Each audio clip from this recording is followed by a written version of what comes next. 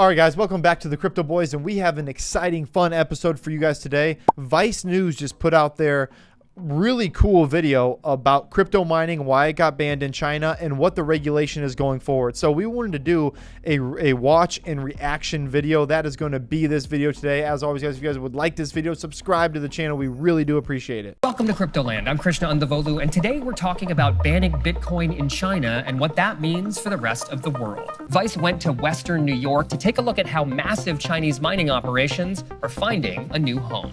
This site here used to be a coal factory that was powering a car manufacturer. Back in the dirtier days of this site. Dirtier days of this site.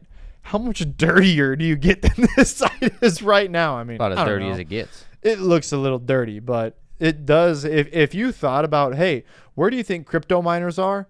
This is like the place you would think. And you've had to find sites like these all across the United States. Yeah, it needs to be large warehouse space, source of energy that is not expensive. And you scour the country for it. We literally did scour the country for it. Here's the thing, when you try to ban something that's decentralized, good luck. So a couple very important points there. Number one is that you are going to have low energy costs. As you guys know, Joe and I both do some Bitcoin mining, but you have to have cheap energy. If you don't, you're going to be in a deficit. You're going to be losing money every single day to energy costs. And then hopefully that Bitcoin makes it up later, especially right now when we're in bearish times. He's talking about decentralization, and we've talked about it time and time again. Even if you try to ban it like China and other countries, you can't stop it. It's not going to be able to be stopped. That's the point of decentralization, is it can run without you. This is a lot of the equipment that all came from China. This used to be a factory, as you can see. Wow, look at that. Yeah, this is actually the Great Migration. You see machines all around. They're all in saran wrap.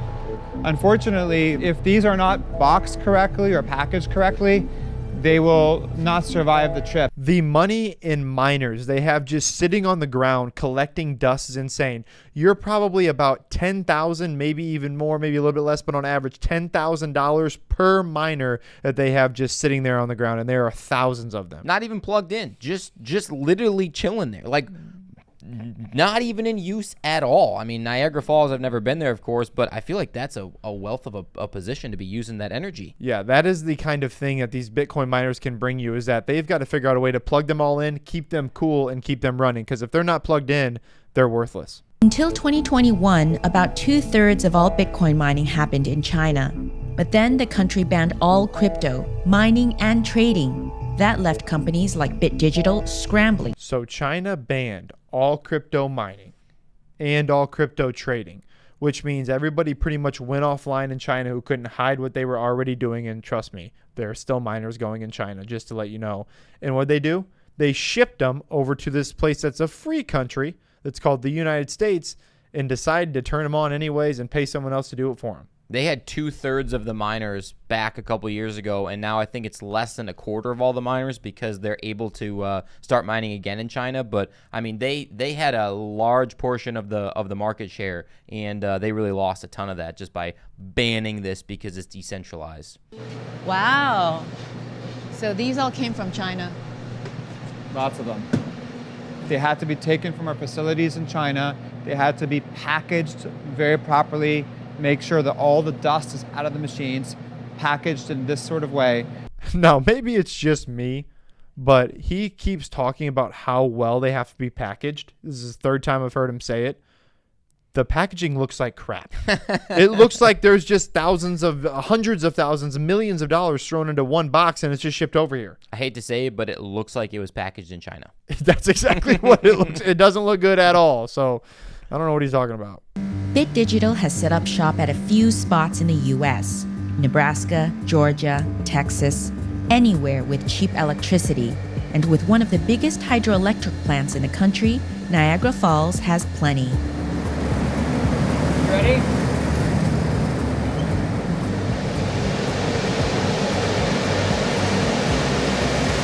Oh my God. It's hard to get a full-scale representation of this mining facility. Joe and I's mining facility, they hold 50 ASIC miners in one little room. These are thousands of miners, and our ASIC miner property is loud as can be, and it blows out so much air. It is insane. So I couldn't imagine how much is going through here. That dude's probably deaf and he has headphones on. And each one is worth about $10,000. 1, 2, 3, 4, 5, 6, 7, 8, 9, 10, 100,000. 800,000 dollars. Not to mention this entire facility, but yeah. This is like $1 million here. $1 million.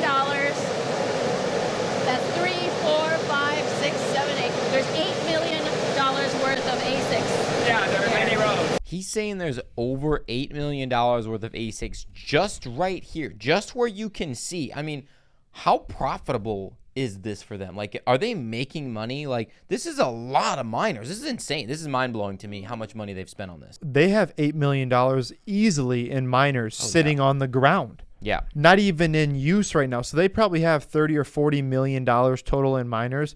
Yes, that is why it's so difficult. So like on our miners, well, they're in a pool, so you can actually get some of that Bitcoin, because we don't have enough power and we don't have enough pull to run that node and cake it ourselves. So we've got to get in a pool where we get distributed. Here they could run their own. Yeah, this is a S17 Plus. And Take it out? Yes. Oh my gosh. So he's about to show you the exact miners that we have, and we have a total of 12. We are in a group that has 12, not just us. Pretty heavy. But they're just like, PS5. It says Shenzhen. Yeah, it's made in China for sure. It was mining in China. Why was so much Bitcoin mining happening in China? Yeah, that's a very good question. It's simply because those miners are manufactured in China. And also, China has a lot of energy. China banned crypto-related activities in part to cut down on runaway energy usage. But Bitcoin is also pretty much the opposite of things that the Chinese Communist Party loves. It's a largely unknown innovation that really can't be controlled.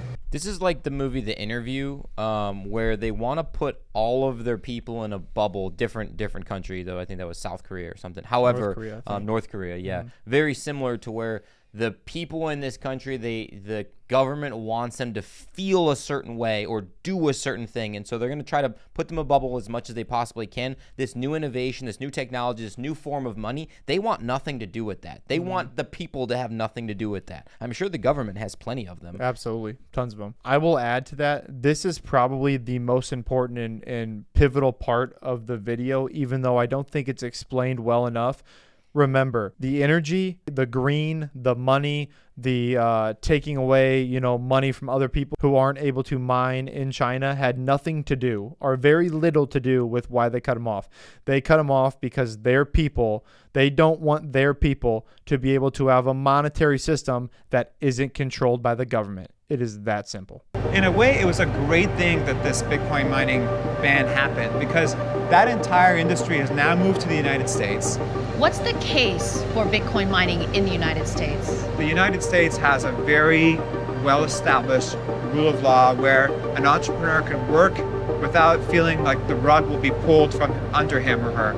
It's very important to have that jurisdictional stability. So here he's talking about the importance of being in the United States. It's that simple. It's things we overlook every day, is that they cannot just simply pull the rug out from under you. Like if they've already tried to, if they try to ban Bitcoin mining, they could probably do that on new miners. But the United States, the miners that are already active, they're not going to be able to pull them off the shelves until probably all of the Bitcoin's mined. The due process and the way it's going to go through the legal system, it would take forever to get every single Bitcoin miner either up to some green carbon neutral standard or to be turned off.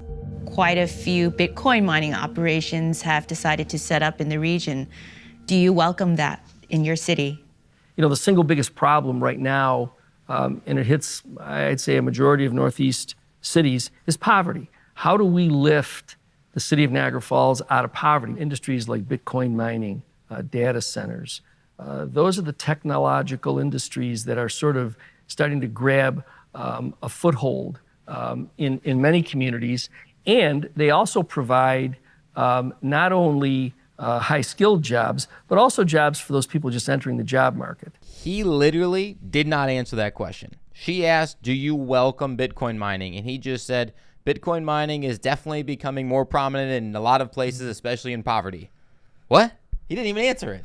Yeah, typically when a politician is answering something, that means they're piggybacking off of that bill, and they're probably putting a lot of Bitcoin in their pocket as well. How do you sell the city competitively? Currently, we are looking to try and establish a standalone director of economic development. Some person, he or she would be the salesperson. Right now, I'm it. So I'm out there working to get people to take a look at Niagara Falls as a real reasonable location. Let's be honest. Right now, it's because they have cheap energy. That's exactly why. Why would you not? It is that simple. That's why everybody wants to flock their cheap energy. More Bitcoin for less money equals a whole lot more money down the road. So they have cheap energy there right Most now. of the time, too, the people that are doing Bitcoin mining have done their research. You don't just go out and buy a $10,000 to $15,000 unit and not do research of how am I going to make the most return? How am I going to make the most Bitcoin for the least amount of cost? Like, clearly, people are doing the research to do this. Maybe in the future, the unhosted wallet is the way it could be for all of us, because we don't have to score gold in our basement anymore. Yeah, and it's also important to note that we in the U.S. enjoy a pretty stable financial system, right? So it's hard to, that's actually been a problem that we've had, is it's hard to impress on somebody the importance of having your sort of stack of cash or gold or whatever under the mattress. But in other parts of the world, Lebanon, whatever, it's chaos out there in the financial world. I think that's probably a key note to kind of sum this video up. We skipped through some of it. We're going to put in the link description because we do suggest, it's 27 minutes. We suggest that you watch the entire thing. Several more good points in here.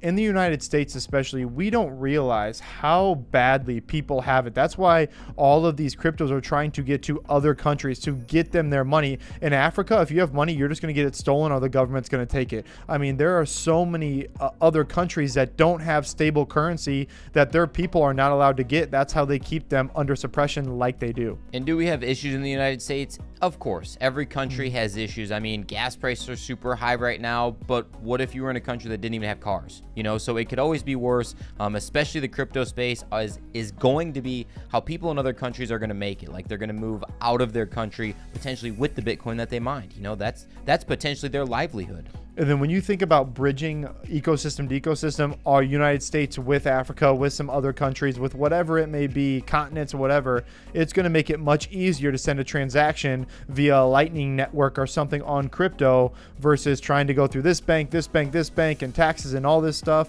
It's going to be much easier to deal with this way. But how are we going to regulate it? What's going to happen going forward with the miners? Honestly, we don't know. So I think this Vice article gives us a lot of good thinking points, not very many solutions, if at all any, but a lot of good talking points. And if you're heavily involved into crypto, this is definitely a video you should watch. All right, guys, you know that we have miners. We love crypto. We love Bitcoin. If you guys have any miners, drop comments below. Let us know how many you have, where you got them, how's your energy source, all that other good stuff. And if you made it this far in the video, make sure that you like the video, subscribe to the channel. And as always, thanks for watching the fittest crypto channel on YouTube. We're out.